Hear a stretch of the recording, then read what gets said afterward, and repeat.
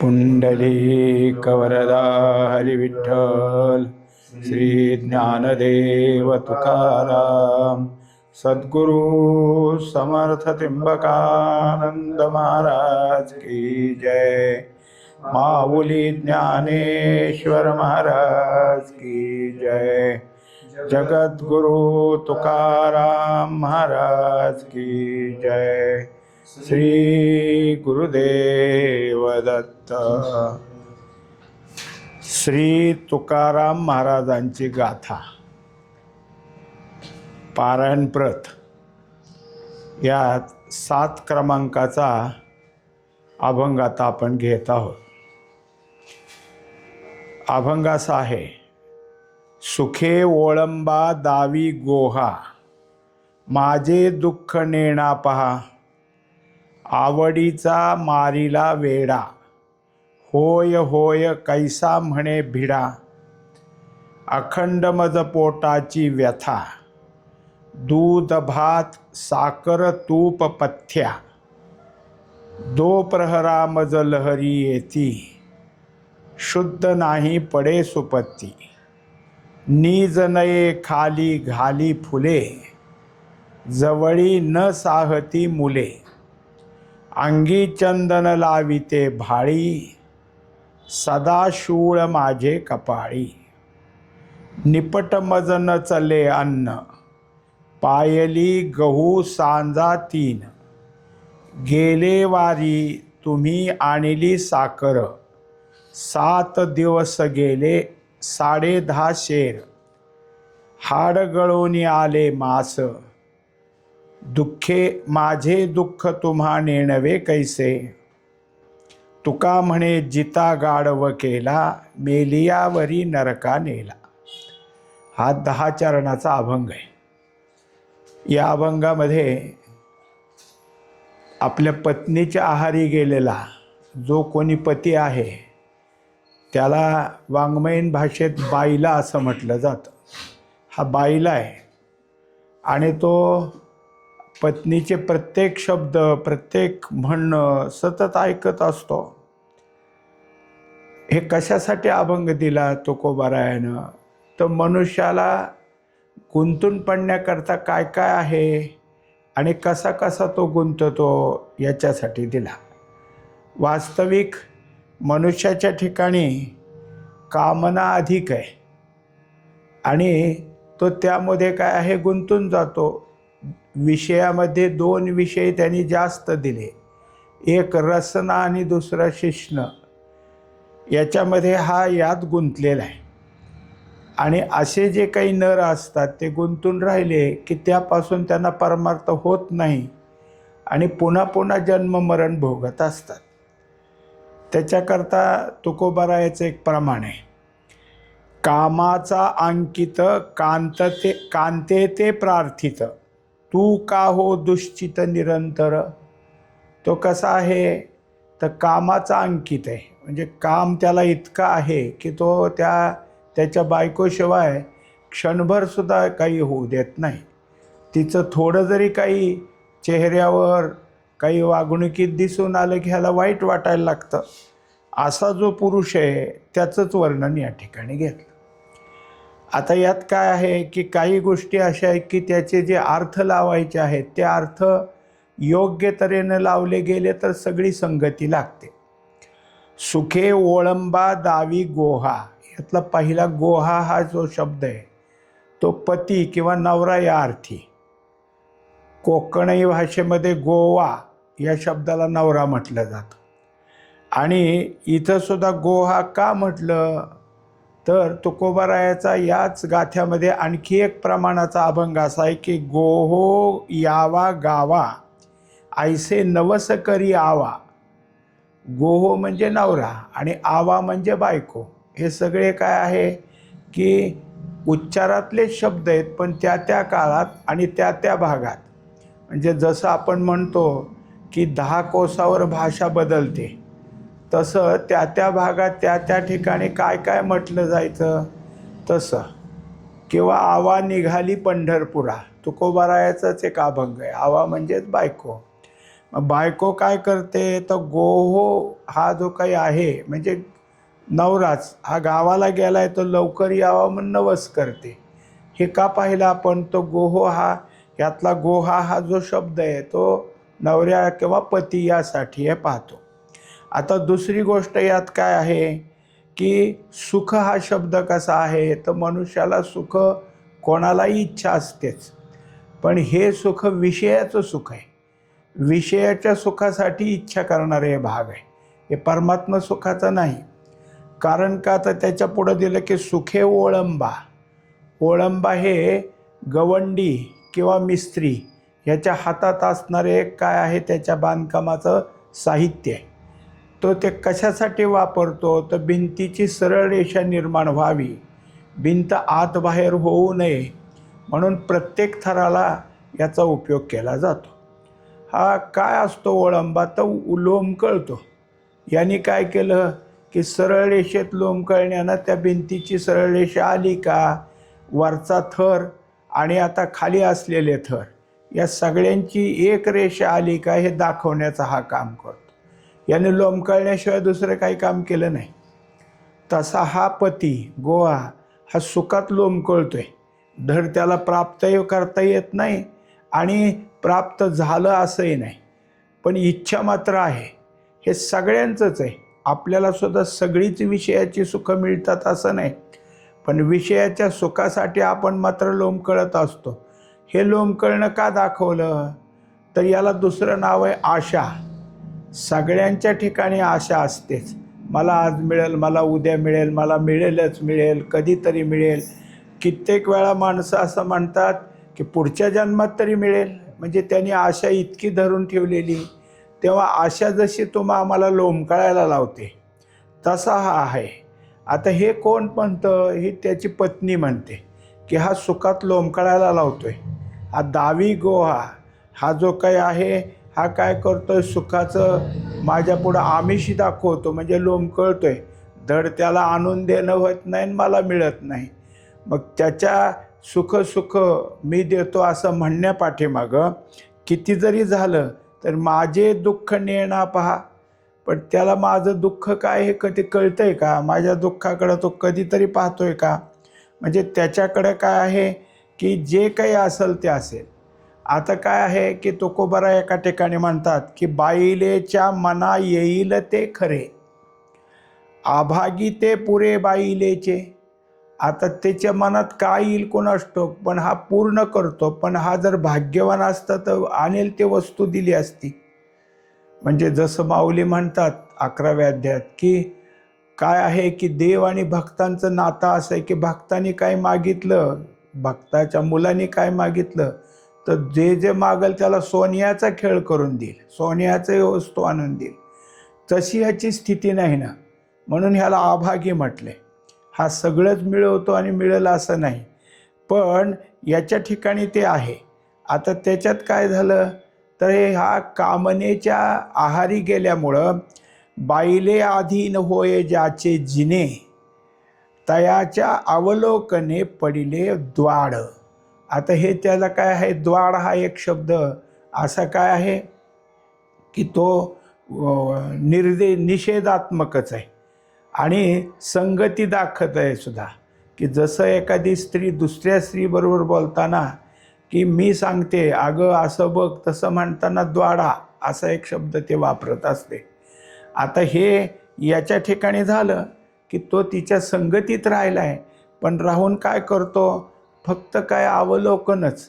कारण तिच्या सगळ्या शरीराचं अवलोकन करणं हेच त्याचं प्रेम असतं आणि त्या प्रेमामध्ये तिला काय काय पाहिजे ते आणून देण्याकरता तिच्या शब्दाच्या अधीन झालेला असतो. सगळंच मिळतं असं नाही, मिळेल किंवा नाही मिळेल काही नाही, पण अधीनता आहे. आणि ती पण त्याच्यासाठी काय करत असते की काय मागावं काही नाही, ह्याचं काही नाही. एका ठिकाणी ते सांगतात की इतकं झालं तुका म्हणे झाला कामाचा अंकित, सांगे मनोगत तैसा वर्ते. जसं ते सांगल तसं वर्तन करते. आता त्याच्याकरता काय केलं, दुसरं चरण घेतलं. दुसऱ्या चरणात सांगितलं आवडीचा मारीला वेडा. आता इतकी तिच्याबद्दलची आवड आहे की त्या आवडीत हा वेडा झाला आहे. मारीला म्हणजे कशानं? आवडीनंच मारीला. वास्तविक आवड त्याच्या ठिकाणी इतकी जागी झालेली आहे की त्या आवडीनं तो भारावलेला आहे आणि त्यात काय करावं काय नाही त्याला कळत नाही. जो मनुष्य आपल्या हाताशी येत नाही, येणारही नाही असं वाटलं तरी करतच असतो, त्याला वेडा म्हणायचं काय? की जे संकल्प आपण करू नयेत, संकल्प केले तर ते आपल्याला कधीही फलद्रूप होणार नाहीत असं वाटत असून सुद्धा जर संकल्प करत असेल तर एक मनुष्य आहे, ग्रामपंचायतीची निवडणूक आहे गावातली, 5 वर्षांनी येते आणि तो प्रत्येक निवडणुकीला उभा राहतो. त्याला मत पडतं त्याचंच, ते एकच मत हे त्याला माहिती, प्रत्येक पंचवार्षिक पण तो उभाच राहतो. हे झालं वेड. आपण म्हणजे जसं कळत असूनही तेच करत राहायचा हा वेड आहे. वेड धरलं म्हणजे तेच असतं. आता ती म्हणते हा काय आहे की माझी आवड धरून माझ्या आवडीनं मारीला वेडा. याला सगळं काय केलंय? माझी आवड इतकी आहे, होय होय कैसा म्हणे भिडा. आता तो काय करतो? मी जे म्हणेल त्याला होय म्हणतो, नाही कधी म्हणतच नाही. म्हणजे तो आता काय आहे? मला नकार का देत नाही? तर जसं एक स्वभावाचं लक्षण आहे, भिडस्त स्वभाव. भिडस्त म्हणजे नाही कसं म्हणावं, मग करता तर येत नाही, नाही म्हणता येत नाही, असा आहे हा. हे नवऱ्याचंच विशेषण आहे. तिने भिडा दिलेलं, वर दिलेलं वेडा, हे ती नवऱ्यालाच म्हणते. वेडा आहे त्यालाच म्हणाली, भिडाही त्यालाच म्हणाली. कशासाठी? तर हा कुठल्याही गोष्टीला होय म्हणतो. होय होय कैसा म्हणे, म्हणजे सतत होय म्हणतो. एकदा नाही तरी म्हणावं, पण त्याचं होय म्हणण्यामुळं माझी इच्छा तशीच राहते ना, माझ्या इच्छेचा नकारभाव काही होत नाही. तो एकदा जर म्हणला असता की शक्य नाही, नाही जमत, तर माझी इच्छा बंद पडली असती. पण त्यांनी होय म्हणल्यामुळं माझ्या इच्छेला वाढतं. असं सांगतात की आशा कधी थांबत नसते, आशा वाढत असते. आशा वाढती वाखती, ही सतत अशी वाढते. मग तसं माझं वाढणंच आहे. माझ्या ठिकाणी काय, आता त्यात कसा स्वभाव असतो, काय काय मागण्या, ते तुकोबारायानं खुबीने दिलेले आहे. ह्या सगळ्या गोष्टी त्याने आता ज्या दिल्या याच्यात ते काय म्हणतात की अखंड मज पोटाची व्यथा, दूध भात साखर तूप पथ्या. आता एक गोष्ट अशी की आजचा जो काळ आहे आणि 450 वर्षापूर्वी तुकोबारायाचा काळ, 350 धरा, किती फरक आहे. तर आज जे काय आम्हाला सगळं मिळू लागलं तितकं त्यावेळेस नव्हतं, कठीण होतं. कितीतरी अगदी 30-40 वर्षापूर्वीसुद्धा पोटासाठी दुसऱ्याकडं नोकरी करायची. तुम्ही मला 2 वेळचं जेवायला घाला, मी तुमचं पडेल ते काम करील, अशी परिस्थिती होती. तो त्याच्यापुरतं बघायचा नाही, तर त्याने काय करायचं, स्वतःला विकून घ्यायचं तिथं आणि पैसे उचलून घर चालवायचं. हे सगळं काय होतं 30-40 वर्षापूर्वी. बाह्य परिस्थिती अशी होती. 350 वर्षापूर्वी कसं असेल? आणि तुकोबाराय जे सांगतात ते उगीच नाही. कारण का, तुकोबारायचं जे ठिकाण आहे देहू, हे भात पिकणारच भाग आहे. तिथं जवळजवळ सगळीकडं भाताचंच पीक असतं. म्हणजे भात हा त्यांचा काय आहे, नित्य आहारातला आहे. त्याच्यामुळं त्यांनी सांगितलं. आता नुसता भात नाही तर दूध भात एवढं सांगितलं का, त्यात साखर आणि तूप. हे काय म्हणते, तर माझं हे पथ्य काय असतं, तर ते जर घेतलं म्हणजे जसं औषधामध्ये औषध कशाबरोबर घ्यायचं त्याला अनुपान म्हणायचं. आणि ते औषध तुमच्या ठिकाणी पचन होण्याकरता जो आहार घ्यायचा असतो त्याचं नाव पथ्य. म्हणजे जे काही सांगितलंय ते पथ्य. त्या व्यतिरिक्त तुम्ही जर तो आहार घेतला तर त्याला अपथ्य असं नाव आलं. एखाद्याला खोकला येतो, मग खोकल्यासाठी त्यांनी काय करावं, कोणता आहार घ्यावा हे सांगितलं, हे झालं पथ्य. आणि तुम्ही जर खोकल्याच्या विरुद्ध आंबट खाण्याच्या गोष्टी जर खाऊ लागला तर ते अपथ्य. माझं पथ्य काय, तर मला दूध भात साखर आणि तूप हे सगळं लागतं. आता ही सरळ परिस्थिती असली तर ठीक आहे, नसल परिस्थिती तर हा कुठून देणार. पण हे सगळं म्हटलं तर पुन्हा ध्रुपदाकडं जायचं. तो काय करतो, हे मागितल्यावर आवडीचा मारीला वेडा आणि होय होय कैसा म्हणे भिडा. आता प्रत्येकाला आपण त्या द्रुपदाला पाहिलं तर हा नाही म्हणतोय का? नाही म्हणत नाही. हा तर त्याच्यासाठी म्हणतोच आहे, पण तिने सांगितले की ही माझी व्यथा आहे. व्यथा घालवण्याकरता जसं औषध असतं तसं पथ्य असावं लागतं. म्हणून माझी व्यथा काय आहे तर मला अखंड पोटाची व्यथा. व्यथा कोणती? पोटदुखीची वेदना वेगळी आणि भुकेची वेदना वेगळी. भूकही लागते, पण मी हे ते खात नाही.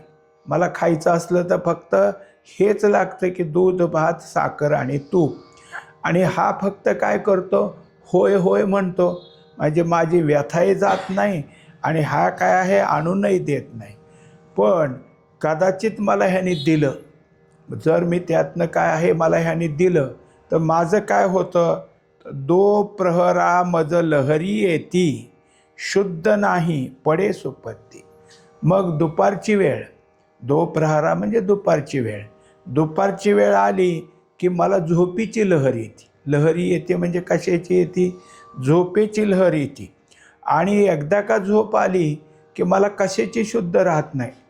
मग मी काय असेल त्याच्यावर आपलं काय अंथरूण असू नाही तर नसो. आता त्याने काय केले? सुपत्ती. सुपत्ती म्हणजे बिछाना. पण वास्तविक पाहता काय आहे की जसं असेल त्याच्यावर, कारण हिला झोप इतकी अनावर आहे, तर ज्या माणसाला झोप अनावर होती तो माणूस सगळा जामानिमा करत बसत नाही, असेल तसा पसरत असतो. ते तिने दाखवले आणि त्यामुळं मी तसं असेल तसं झोपते. जे काही माझं तिथं असेल, काही अंथरूण असेल किंवा नसेल सुद्धा, मला मात्र शुद्ध राहत नाही. एवढ्या ह्याच्यात मी काय आहे लगेच. हे कधी होतं माझं? दो प्रहरा. का होतं? तर हे काय माझं खाद्य नाही, हे माझं पथ्य ह्याला आणि ह्याची व्यथा आहे. त्या व्यथेला हे मी जर काय आहे त्याने आणून दिलं ठीक, नाही तर आणायलाच लावते. आणि असलं खाल्ल्यावर झोप येईल नाही तर काय, मला लगेच कळत नाही. मग तिने सांगितलं नीज. तिथं ह्याच्यामध्ये वरच्या चरणात आलं दो प्रहरा मज लहरी येते. मला त्याची काय लहर येते? लहर म्हणजे झोपीची लहर येते. शुद्ध नाही. आता मी कुठं कशी आहे याची शुद्ध नाही. पडे सुपत्ती म्हणजे जसं असेल तसं. इतकी माणसं काही काही असतात की जेवावं किती ते कळत नाही आणि जेवण झाल्यावर तिथंच लावून तयार असतात, अंथरूण सुद्धा सोडत नाहीत. म्हणजे हे काय झालं की त्याला तिथून उठावं आणि पुन्हा झोपावं हे सुद्धा नको वाटतं. ही अवस्था आहे. म्हणजे त्याच्या ठिकाणी खाद्याची तर गरज आहे, तेच खाल्लं पाहिजे. ते खाल्लं तर काय होतं आहे, लगेच झोपेची त्या ठिकाणी लहर येते आणि ते मग तिथं पडते. नीज नये खाली घाली फुले, जवळी न साहती मुले. इथं पडते खरं, शुद्ध नाही, पण मला झोपच येत नाही. मग काय येत नाही तर ते रुततंय ना खाली. आता इथं जर चांगला जे बिछाना केला असता तर मग रुतलं हे कसं दाखवलं असतं? तिने तर हे दाखवलंय की मला कसं असावं लागतं? फुलाचं अंथरूण असावं लागतं. म्हणजे ज्या वेळेस काय होईल, फुलं याचा अर्थ फूल टाकूनच मनुष्य झोपतो नाही, फुलासारखं मऊ. फुलासारखं मऊ असल्याशिवाय मला झोप येत नाही. म्हणजे अगोदर शुद्ध नाही, मग मी तरी काय आहे पडे सुपत्ती म्हणजे असेल तसं पडते पण मला नाही झोप येत. म्हणजे हे एक तक्रार आहे. वर जे झालं का नाही, माझे दुःख नेणा पहा, मला किती दुःख आहे बघा. आणि हा नुसताच काय करतो की मला सुखाचा आशा दाखवतो. तर माझ्या ठिकाणी काय काय होतं, तर अशा तऱ्हेनं मला झोप लागायला लागली तर अंथरूण धड नाही. म्हणून मला असं वाटतं की मऊ बिछाना असावा. मग मऊ म्हणजे कसा? खाली घाली फुले, म्हणजे फुलेच खाली अंतरावीत आणि फुलावरची शेज त्यावर त्याने काय आहे झोपावं. तरी मला झोप येत नाही. कारण का? जवळी न साहती मुले. मग कुणाचाही गोंधळ चालत नाही. मुलं बाळं तर तिथून लांब करावं वाटतं. माझ्या झोपीत मला कशाचाच अडथळा नको. एकतर असं खायचंय, दुसरं बिछाना चांगला पाहिजे आणि पुन्हा शांत पाहिजे. हे सगळं तिच्या काय मागण्याच आहेत. आणि ह्या मागण्या एक एक ती फक्त मागती, पुऱ्या करायचं काम ह्याचं आहे. पुऱ्या करायला प्रत्येक वेळेला हाच पुढं धावत असतो, तो पुरा करत असतो. हे तिचं झालं. आता त्याच्या पुढच्या चरणात म्हणजे 6व्या चरणात त्याने सांगितले की अंगी चंदन लाविते भाळी सदा शूळ माझे कपाळी. आता इथं श्लेष अलंकार आहे. अंगी चंदन लाविते हे एक वाक्य झालं आणि चंदन भाळी लाविते हे दुसरं त्यात झालं. कारण हे अशा तऱ्हेच्या मांडण्यात अंगी चंदन लाविते, चंदन कशासाठी अंगाला लावायचं असतं? चंदन हे काय आहे? थंड आहे आणि अंगातली लाही लाही झाली की चंदन. आपण सुद्धा भाळी चंदन का लावायचं? तर आपण जिथं गंध लावतो त्या कपाळाच्या ठिकाणी अग्नी हे काय आहे तिथलं आहे आणि अग्नीमुळं तो कपाळाच्या ठिकाणी काय झालेलं असतं की दाह निर्माण होतो, तो कमी व्हावा म्हणून गंध आहे. म्हणजे मनुष्याला काय आहे, जरा काही झालं त्याला सहन झालं नाही, कोणी बडबडत असेल, कोणी कुठलं त्याचं नीट काम करत नसेल तर आपल्याकडे एक म्हणायचा वाक्यप्रचार आहे, माझं डोकं उठलं किंवा माझं डोकं भनभनायला लागले किंवा कपाळी शूळ उठला. हे म्हणण्याचं का? तर त्या ठिकाणी स्थान असल्यामुळं तिथं काय होतं, दाह उठतो आणि म्हणून त्याच्यात आहे. तसंच महिलांनी कुंकू लावायचे. कुंकू हे काय आहे? कुंकू हे हळदीपासून निर्माण होतं आणि त्या पद्धतीचं रसायन असल्यामुळं कुंकूसुद्धा त्या ठिकाणी थंडावा आणतं. आता त्या निर्मितीची बदल सगळे झाले त्यामुळं कुंकू त्याच पद्धतीचं मिळत नाही. दुसरी गोष्ट, कपाळाच्या मधल्या ठिकाणाला कुंकू लावणं, गंध लावणं ही प्रथा कमी होऊन 2 भुवयाच्या मध्ये गंध लावणं ही प्रथा सुरू झाली. वास्तविक अग्निस्थान कुठे आहे? तर मधोमध.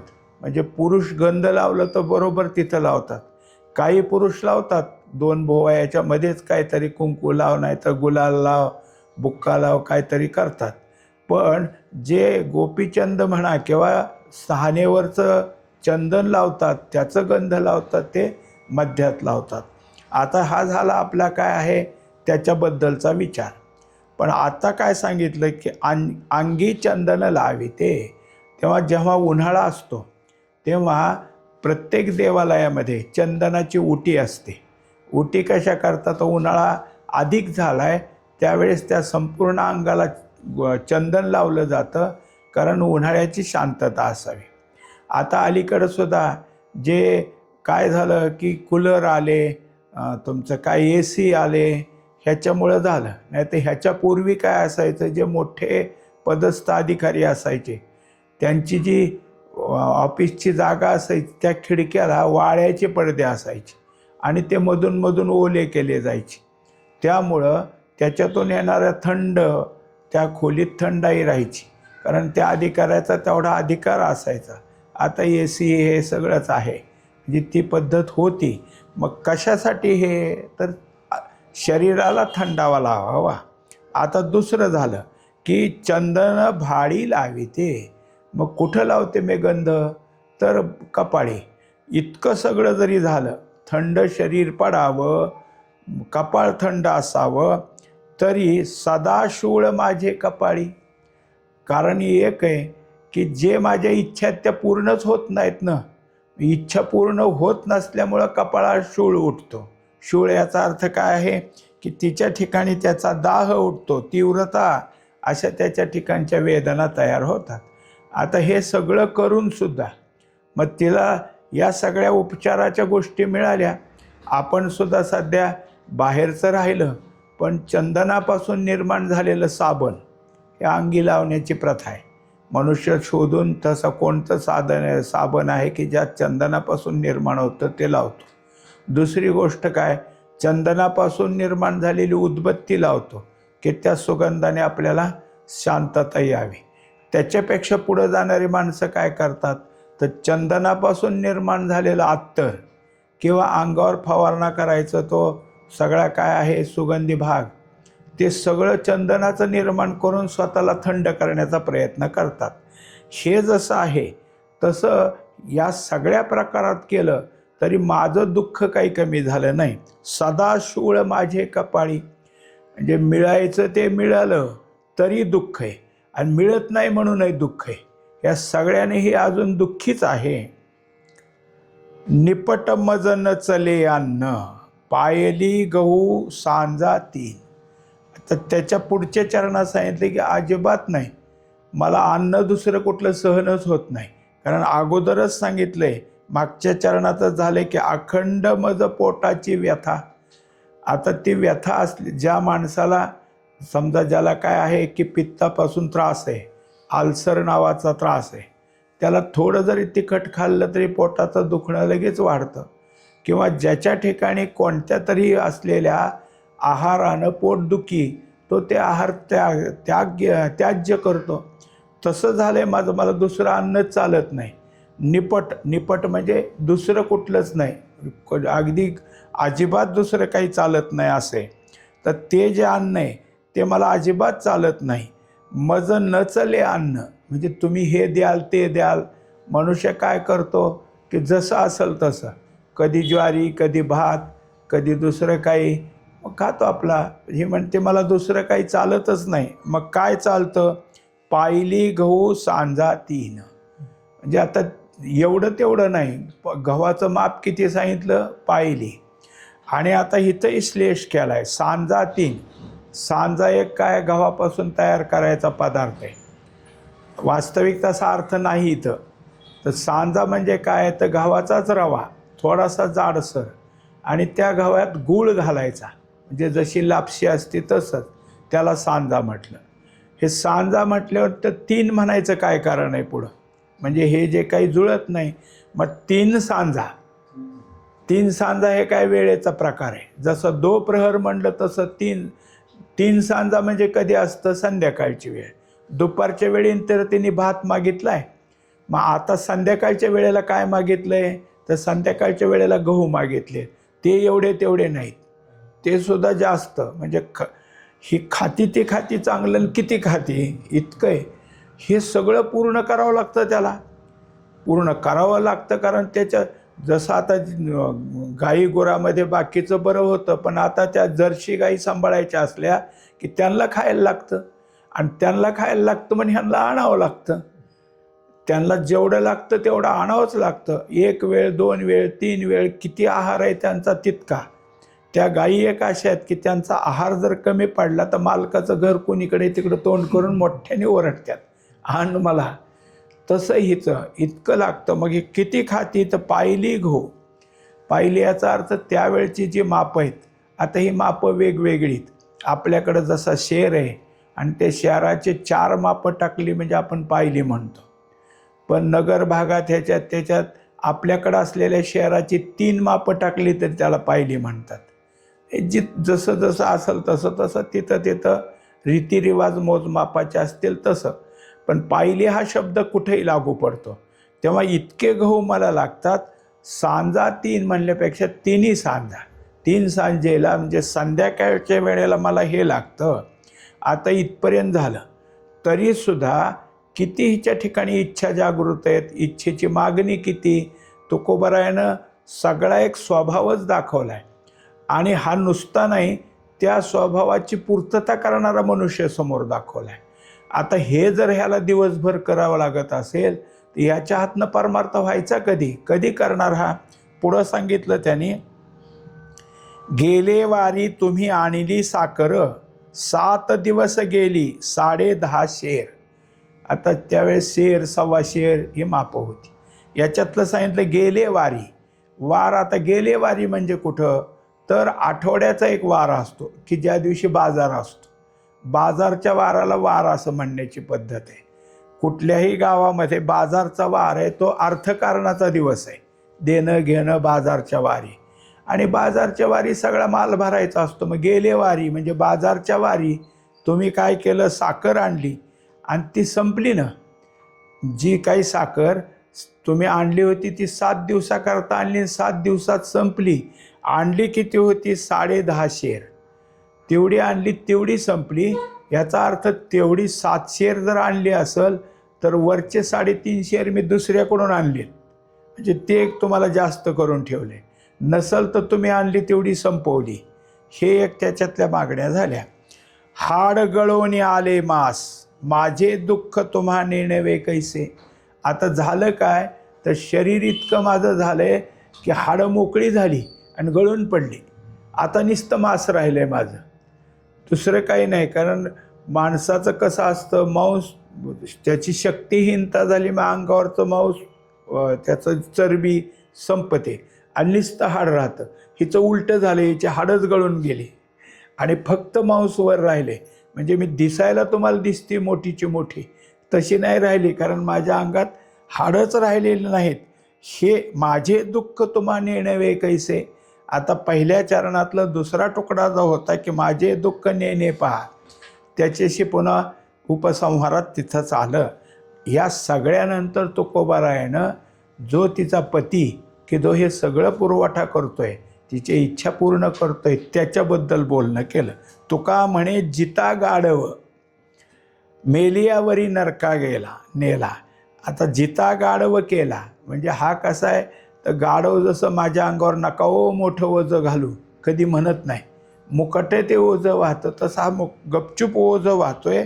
हा जिवंतपणात गाढव झाला आहे, कारण तिच्या अधीन झाला. त्याच्यामुळं तिच्या ठिकाणी काय आहे, हे सगळं करतो. मेलियावरी नरका गेला. आता त्याला कधी मिळेल, कारण त्यांनी कधी दुसरं काही आपल्याला गती चांगली मिळावी असं कधी केलंच नाही ना. त्याच्याच अधीन गेल्यामुळं हे दाखवलं. एकंदरीत अभंग जरी असा तुकोबारायाने एखादा काय आहे नमुना मांडला असला तरी काय काय मुद्दे आले ह्यात, तर पहिला मुद्दा यात असं पाहतो आपण की कामाच्या अंकित झालेला बाईला. दुसरा मुद्दा असा आहे की आवडीत गुंतला, म्हणजे तिची कामना पूर्ण करण्याची आवड त्याच्या ठिकाणी त्यात गुंतला आणि बायलेच्या मनात येईल ते करायची तयारी त्याने दाखवली. इच्छा कशा असतात हे याच्यातून एक दाखवलं. इच्छा करताना मनुष्य आचपेच बघत नाही, हे मिळेल का न मिळेल का, ते त्याच्या ठिकाणी असतं. ते पूर्ण होतील का असा त्यातल्या काय आहे मुद्दा आला. आणि मग कळत असूनही 8 तास करतो, हे मिळत नाही कळलं तरी 8 तास करतो. माणसं इच्छा पूर्ण करायला कर्ज काढतात आणि कर्ज फेडत बसतात, पण इच्छा पूर्ण करतात. अशी जी काही आहे मनुष्याची स्वभावाची रीत, ती अभंगातून दाखवली.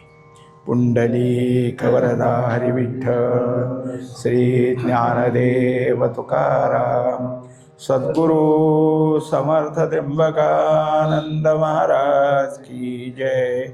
माऊली ज्ञानेश्वर महाराज की जय. जगद्गुरु तुकाराम महाराज की जय. श्री गुरुदेव दत्त.